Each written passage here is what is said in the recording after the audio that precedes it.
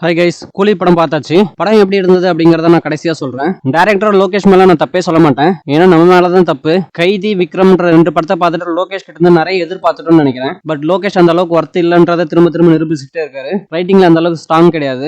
இந்த படம் பாத்தீங்க அப்படின்னா இதுக்கு முன்னாடி 5 வருஷமா வந்து ரஜினி படங்களோட இம்பாக்ட் நிறையவே இருக்கு. பேட்டை, ஜெயிலர், விக்ரம் ஒரு யூஷுவல் ஸ்டோரி தான். ஒன்னும் ஸ்டோரிக்கு ஒன்னும் மெனக்கடவும் இல்ல, ரைட்டிங்லயும் ஒன்னும் பெருசா மெனக்கடல. அப்படியே எழுதுவோம், வரதை எடுப்புன்ற மாதிரி தான் எடுத்திருக்காங்க. அதுக்காக மோசமான படம்னா மோசமான படம் கிடையாது. ஒன் டைம் வாட்சபிள், தாராளமா நீங்க தேட்டர்ல போய் பார்க்கலாம். ஆனா இந்த படத்துக்கு ஏன் சர்டிபிகேட் கொடுத்தாங்கன்னு தெரியல. அந்த அளவுக்கு படத்துல ஒண்ணுமே இல்ல. படத்துல உபேந்திரா அண்ட் அமீர் கானோட கெஸ்ட் அப்பியரன்ஸ் இருக்கு. இது ரெண்டுமே தேவையில்லாத அணி படத்துக்கு. அது ரெண்டுத்தையும் அப்படியே கட் பண்ணி தூக்கி போட்டாலும் படத்துக்கு எந்த பிரச்சனையும் இல்ல. அந்தந்த லாங்குவேஜ் மார்க்கெட்டை கவர் பண்ணணுங்கிறதுக்காகவே இந்த ஆக்டர்ஸ் வச்சு சீன்ஸ் எடுத்திருக்காங்க. அதுலயும் அமீர் கான் வர சீன்லாம் ரொம்பவும் ஒஸ்டா இருந்தது. விக்ரம்ல பண்ணும் நல்லா இருந்ததுங்கிறதுக்காக திரும்ப அதை பண்ணிருக்காங்க. ஒரு தடவை பண்ணா நல்லா இருந்ததுன்னா அதோட விட்டுணும், திரும்ப திரும்ப அதை பண்ணக்கூடாது. ஓவரால் இது ஒரு ஆவரேஜ் மூவி. தியேட்டர்ல போய் பாக்குறதுன்னா பார்க்கலாம், அந்த அளவுக்கு மோசம் கிடையாது. ஆனா லோகேஷ் கிட்ட இதுக்கப்புறம் ரொம்ப எதிர்பார்க்காதீங்க. இதுதான் லோகேஷோட லெவல். அவர் இப்படிதான் படம் எடுப்பாரு, அவருக்கு இப்படிதான் எடுக்க தெரியும். இதை மட்டுமே எதிர்பார்த்து போனீங்கன்னா சாட்டிஸ்ஃபைடா வரலாம். தேங்க்யூ.